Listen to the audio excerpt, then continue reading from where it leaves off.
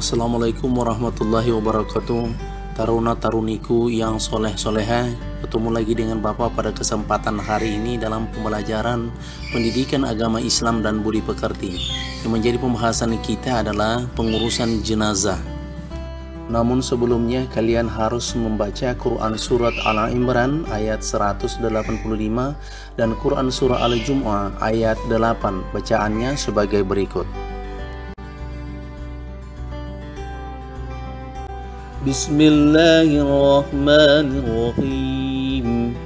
Kullu nafsin dha'iqatul maut wa innama tuwaffawna ujurakum yawmal qiyamah faman zuhziha 'anil nari wa udkhilal jannata faqad faz wa mal hayatud dunya illa mata'ul qurur. Qul innal mauta alladhi tafirruna minhu fa innahu mulaqikum thumma turadduna ila alimil ghaibi wa syahadati fayunabbi'ukum bima kuntum ta'malun. Umur dan kematian. Saat melihat kematian, semestinya semakin menyadarkan bahwa kita akan menyusulnya. Cepat atau lambat, kematian memang misteri, namun setiap manusia sudah diingatkan bahwa kematian akan menjemputnya. Itulah sebabnya, setiap ada kematian, semestinya menjadi pengingat dan sarana muhasabah diri tentang bekal apa yang sudah dipersiapkan dan sudah sejauh mana amal soleh yang dilakukan. Kematian merupakan ketentuan Allah Subhanahu wa Ta'ala atau sunatullah. Tidak ada seorang pun yang dapat menghindarinya. Kematian merupakan hal yang pasti, cepat atau lambat, pasti akan datang. Semua makhluk hidup akan merasakan mati. Tidak ada seorang pun, baik kaya miskin, berpangkat atau orang biasa, tua muda, maupun yang siap ataupun yang tidak siap, semuanya akan menjemput kematian.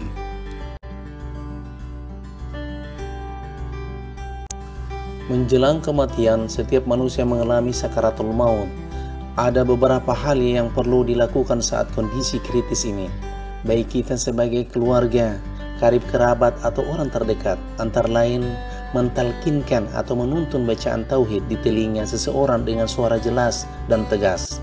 Tetapi jika dalam keadaan sangat kritis, cukup dibimbing dengan hanya lafaz Allah saja. Sementara itu ada beberapa langkah atau tindakan yang harus dilakukan saat kematian itu sudah terjadi, yaitu sebagai berikut. Yang pertama, segera mengatup atau memejamkan matanya, karena saat ruh sudah dicabut, mata jenazah mengikuti arahnya. Yang kedua, melenturkan persendihannya agar tidak menjadi kaku dan keras. Yang ketiga, menanggalkan pakaian dan perhiasannya dan diganti dengan pakaian yang menutupi dan melindungi seluruh tubuhnya. Yang keempat, membetulkan letak anggota tubuh serta membujurkannya ke arah kiblat. Yang kelima, menyegerakannya seluruh proses pengurusan jenazah. Kemudian yang keenam, membayarkan utang-utangnya. Hukum pengurusan jenazah fardu kifayah. Maksud dari fardu kifayah adalah jika sebagian kaum muslimin sudah melaksanakan, maka kaum muslimin yang lainnya tidak terkena kewajiban atau dosa. Sebaliknya, jika tidak ada satupun, maka berdosa semuanya. Tentu yang terkena dosa adalah kaum muslimin yang berada tidak jauh dari tempat tinggal jenazah.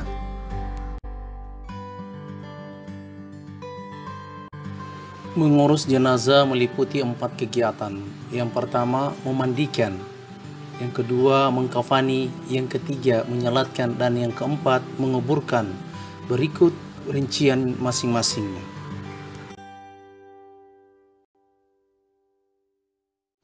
Yang pertama, memandikan. 1. Syarat jenazah dimandikan adalah A. Beragama Islam. B. Didapati tubuhnya walau hanya sebagian. Hal ini terjadi pada jenazah yang biasanya mengalami kecelakaan. Jika ada lukanya, bersihkan terlebih dahulu jika memungkinkan. Kemudian C, bukan karena mati syahid atau mati dalam peperangan membela agama Islam. Yang kedua, syarat orang yang memandikan jenazah adalah A. Muslim, berakal dan balik. B. Berniat memandikan jenazah. C. Kepribadiannya jujur dan soleh. D. Terpercaya, amanah dan mengetahui hukum memandikan jenazah serta dapat menjaga aib jenazah. E. Jenis kelamin sama. Jenazah laki-laki dimandikan oleh laki-laki. Jenazah perempuan dimandikan oleh perempuan, kecuali suami istri atau mahramnya. Yang ketiga, hal-hal yang perlu dipersiapkan antara lain tempat mandi, air bersih, bidara, sabun mandi, sarung tangan, sedikit kapas, air kapur barus. Yang keempat, tata cara memandikan jenazah. 1. Jenazah dibaringkan di balai atau tempat lain yang memiliki standar. Hindari terkena hujan, sinar matahari, dan tertutup. Tidak terlihat kecuali orang yang memandikan dan mahramnya. Yang kedua, diperintahkan menutupi mayat dengan pakaian yang melindungi seluruh tubuhnya agar auratnya tidak terlihat. Yang ketiga, pihak yang memandikan memakai sarung tangan. Air yang digunakan untuk memandikan mayat adalah air suci dan disunahkan mencampurkan dengan air sir atau bidara atau larutan kapur barus. Yang keempat, menyiram air ke seluruh badan secara merata dari kepala sampai ke kaki. Disunahkan 3 kali atau lebih dengan mendahulukan anggota badan sebelah kanan lalu bagian sebelah kiri. Yang kelima, membersihkan giginya, lubang hidung, lubang telinga, celah ketiaknya, celah jari tangan dan kaki serta rambutnya. Yang keenam, membersihkan kotoran dan najis yang melekat pada anggota badan jenazah, khususnya di bagian perut, dengan cara menekan bagian bawah perut dan bersamaan dengan itu angkatlah sedikit bagian kepala dan badan sehingga kotoran yang ada di dalamnya dapat keluar. Yang ketujuh, mewudukan jenazah sebagaimana wudu akan sholat setelah semuanya bersih. Kemudian yang kedelapan, terakhir disiram dengan larutan kapur barus dan harum-haruman.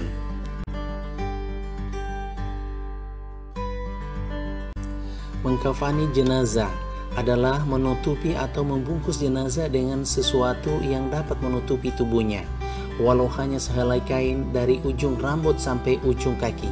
Meskipun para fuqaha atau ahli fikih memilah antara batas minimal dan batas sempurna, kain kafan yang dipergunakan hendaknya berwarna putih dan diberi wewangian.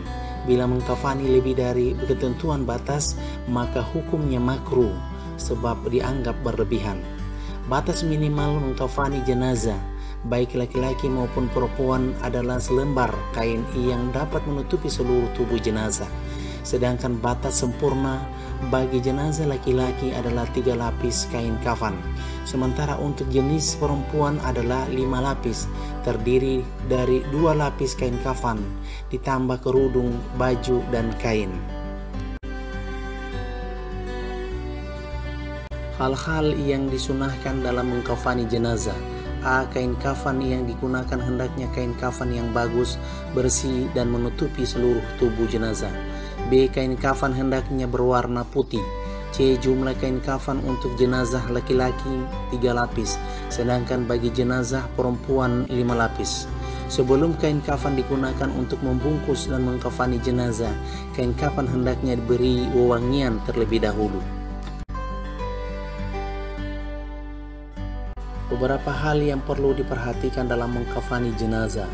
A. Kain kafan diperoleh dengan cara halal, yakni dari harta peninggalan jenazah, ahli waris, atau diambil dari Baitul Mal jika tersedia, atau dibebankan kepada orang Islam yang mampu.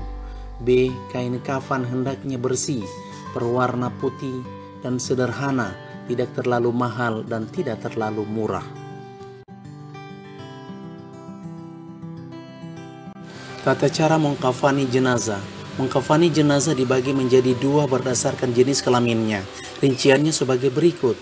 Jenazah laki-laki: 1. Bentangkan kain kafan sehelai demi helai, yang paling bawah lebih lebar dan luas, serta setiap lapisan diberi kapur barus. Yang kedua, angkatlah jenazah dalam keadaan tertutup dengan kain dan letakkan di atas kain kafan memanjang lalu ditaburi wewangian. Yang ketiga, tutuplah lubang-lubang hidung, telinga, mulut, kubul, dan dubur yang mungkin masih mengeluarkan kotoran dengan kapas. Yang keempat, selimutkan kain kafan ke belah kanan yang paling atas, kemudian ujung lembar sebelah kiri. Selanjutnya lakukan seperti tersebut selembar demi lembar dengan cara yang lembut. Yang kelima, ikatlah dengan tali yang sudah dipersiapkan sebelumnya di bawah kain kafan 3 atau 5 ikatan. Yang keenam, jika kain kafan tidak cukup menutupi seluruh badan jenazah, tutupilah bagian kepalanya dan bagian kakinya boleh terbuka, namun tutup dengan daun kayu, rumput atau kertas. Jika tidak ada kain kafan, kecuali sekadar menutup aurat, tutuplah dengan apa saja yang ada. Yang kedua, jenazah perempuan. Kain kafan untuk jenazah perempuan terdiri dari 5 lembar kain. Urutannya sebagai berikut: lembar 1 untuk menutupi seluruh badan, lembar 2 sebagai kerudung kepala, lembar 3 sebagai baju kurung, lembar 4 menutup pinggang hingga kaki, dan lembar kelima menutup pinggul dan paha.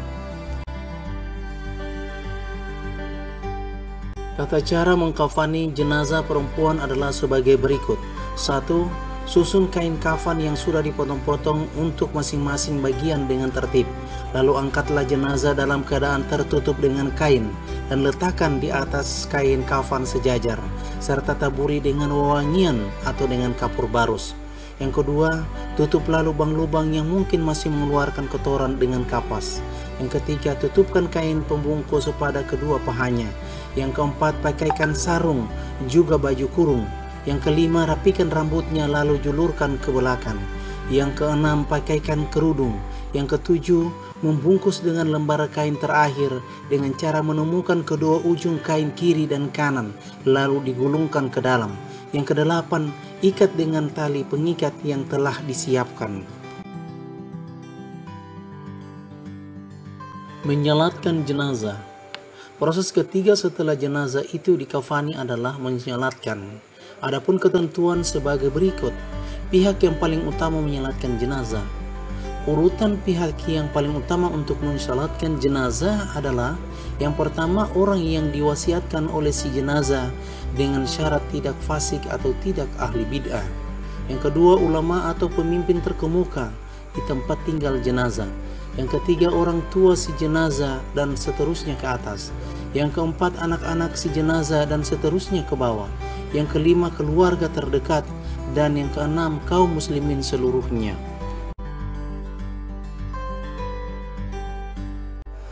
Syarat sholat jenazah. 1. Syarat sholat jenazah seperti pelaksanaan sholat biasa, yakni suci dari hadas besar dan kecil, suci badan dan tempat dari najis, menutupi aurat dan menghadap kiblat. Yang kedua, jika jenazah laki-laki, posisi imam berdiri sejajar dengan kepalanya. Sebaliknya, jika jenazah perempuan, posisi berdirinya sejajar dengan perutnya. Yang ketiga, jenazah diletakkan di arah kiblat orang yang menyolatkan, kecuali sholat di atas kubur atau sholat gaib. Sunnah sholat jenazah. 1. Mengangkat tangan setiap kali takbir. Yang kedua, merendahkan suara bacaan seperti bacaan pada sholat zuhur dan asar. Yang ketiga, membaca ta'awuz terlebih dahulu. Yang keempat, disunahkan banyak jamaahnya atau makmum, minimal 3 saf jika tempatnya memungkinkan, tapi jika tidak memungkinkan boleh lebih dari 3 saf. Bahkan jika jamaahnya sedikit tetap dibuat 3 saf. Rukun sholat jenazah. 1. Berniat. 2. Berdiri bagi yang mampu kecuali bila ada uzurnya. Yang ketiga, melakukan 4 kali takbir, tidak ada ruku dan sujud. Yang keempat, setelah takbir pertama membaca Quran surah Al-Fatihah. Yang kelima, setelah takbir kedua membaca salawat Nabi SAW. Yang keenam, setelah takbir ketiga membaca doa untuk jenazah. Kemudian yang ketujuh, salam setelah takbir yang keempat. Tata cara sholat jenazah. Sholat jenazah dilaksanakan sebagai berikut. A. Berniat di dalam hati sholat jenazah. Adapun niat sholat jenazah sebagai berikut. Usalli ala hadzal mayyiti arba'an takbiratin lillahi ta'ala. Artinya, saya berniat sholat jenazah dengan 4 kali takbir karena Allah. Keterangan jika jenazah laki-laki lafaz niat hadza, sedangkan perempuan menjadi hadhihi. Yang kedua, takbiratul ihram. Takbir pertama, setelah itu membaca Quran surah Al-Fatihah. Kemudian lakukan takbir yang kedua. Lanjutkan membaca salawat atas Nabi Muhammad SAW. Usahakan membaca salawat yang lengkap seperti bacaan salawat pada tahiyatul akhir. Kemudian bagian D, takbir lagi yang ketiga. Lalu berdoa kepada jenazah. Bacaannya adalah Allahumma ghfir lahu warhamhu wa'afihi wa'afu anhu wa akrim nuzulahu wa wasi' madkhalahu waj'alil jannata mathwahu. Artinya, ya Allah, ampunilah ia, rahmatilah ia, selamatkanlah ia, maafkanlah ia, muliakanlah ia, lapangkanlah tempatnya, dan jadikan surga sebagai tempat kembalinya. Bagian E, lanjutkan takbir yang keempat yang diiringi dengan doa. Allahumma la tahrimna ajrahu wa la taftinna ba'dahu wa ghfir lana wa lahu. Artinya, ya Allah, janganlah engkau halangi kami untuk memperoleh pahalanya. Janganlah kami memperoleh fitnah sepeninggalannya, serta ampunilah kami dan ia. Diakhiri dengan membaca salam. Keterangan bacaan doa pada takbir ketiga dan keempat ada sedikit perubahan, yakni dhamir hu untuk jenazah laki-laki diganti jadi ha bila jenazah perempuan, dan begitu pula untuk bacaan seterusnya.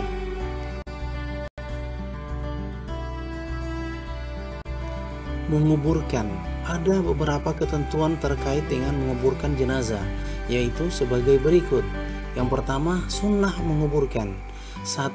Menyegerakan mengusung atau membawa jenazah ke pemakaman tanpa harus tergesa-gesa. 2. Pengiring tidak dibenarkan duduk sebelum jenazah diletakkan. Yang ketiga, disunahkan menggali kubur secara mendalam agar jasad jenazah terjaga dari jangkauan binatang buas atau agar baunya tidak merebak keluar. Yang keempat, lubang kubur yang dilengkapi liang lahat. Yang kelima, disunahkan memasukkan jenazah ke liang lahat dari arah kaki kuburan, lalu turunkan ke dalam liang kubur secara perlahan. Tata cara menguburkan. 1. Waktunya. Menguburkan jenazah boleh kapan saja, namun ada 3 waktu yang sebaiknya dihindari, yakni yang pertama, matahari baru saja terbit, tunggu sampai meninggi. Yang kedua, matahari saat berada di tengah-tengah, saat panas teriki yang menyengat, saat waktu zuhur tiba, sampai condong ke barat. Yang ketiga, saat matahari hampir terbenam, hingga ia terbenam sempurna. Urutan dan tahapannya, jenazah diangkat untuk diletakkan di dalam kubur. Lakukan secara perlahan.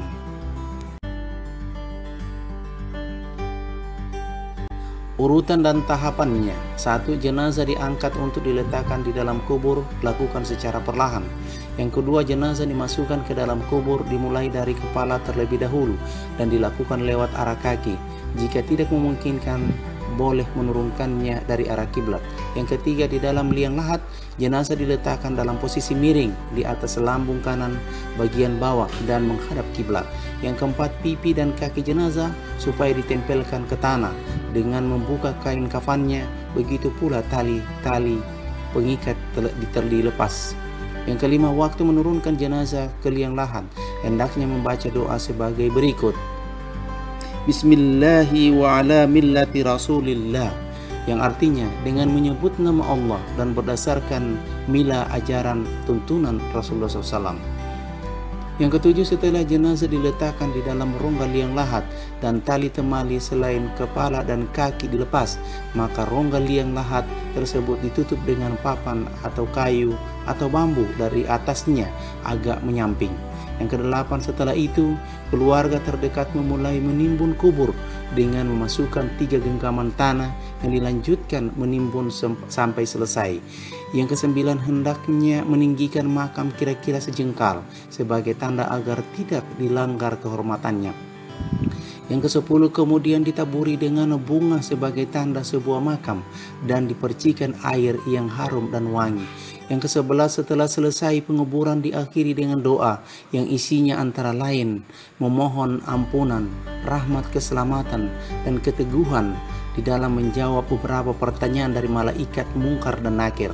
Yang ke-12, Rasulullah SAW mengingatkan agar tidak membuat bangunan di atas kuburan tersebut seperti diberi semen, marmer, atau batu pualam yang harganya mahal. Kemudian takziah sebagai bagian dari kepedulian sosial dan ikhtiar mempererat tali persaudaraan. Maka semestinya jika ada keluarga, tetangga, teman, dan karib kerabat yang terkena musibah atau meninggal, kita melakukan takziah. Makna takziah adalah menghibur, yaitu mengunjungi dan menghibur keluarga yang ditinggalkan sebelum jenazah dikuburkan atau dalam waktu 3 hari sesudahnya. Tujuan takziah adalah sebagai berikut. Yang pertama, memberikan bantuan moral dan material untuk mengurangi kesulitan dan kesedihan bagi ahli waris yang ditinggalkan. Yang kedua, menemani, ikut bersimpati dan berempati, menghibur dan menasihati agar ahli keluarga yang ditinggalkan menerima musibah ini dengan sabar dan tabah. Yang ketiga, mendoakan yang meninggal agar diampuni segala hilaf dan salah, dilimpahkan segala rahmat, mendapatkan nikmat kubur, dan diteguhkan dalam menjawab pertanyaan-pertanyaan malaikat Mungkar dan Nakir, serta segala cita dan harapan yang lain. Yang keempat, menjadikan sebagai ibrah atau pelajaran bersama, muhasabah diri atau introspeksi diri, bahwa setiap yang bernyawa pasti akan merasakan mati. Ziarah kubur kematian mengajarkan banyak hal agar setiap manusia menyadari bahwa cepat atau lambat kematian itu pasti datang. Misalnya anjuran untuk ziarah kubur. Melalui kegiatan ini, setiap muslim dapat mengunjungi kuburan ahli kuburnya atau kaum muslimin dengan tujuan dapat melihat, membersihkan kuburan, dan mendoakan ahli kubur. Manfaat lain dari ziarah kubur juga didapat dari peziarah, antara lain mengingatkan diri sendiri bahwa suatu saat dirinya akan dijemput kematian, melembutkan hati agar tidak sombong dan tidak menolak kebenaran, membiasakan meneteskan air mata karena hidupnya banyak hilaf dan salah, serta setiap manusia akan mempertanggungjawabkan segala perilakunya di akhirat kelak. Demikianlah pembelajaran kita pada hari ini. Pesan Bapak untuk kalian, jangan pernah meninggalkan sholat 5 waktu, sholat duha, membaca Al-Quran, serta tingkatkan ibadah sunnah lainnya, dan membantu kedua orang tua serta mendoakannya setiap saat. Assalamualaikum warahmatullahi wabarakatuh.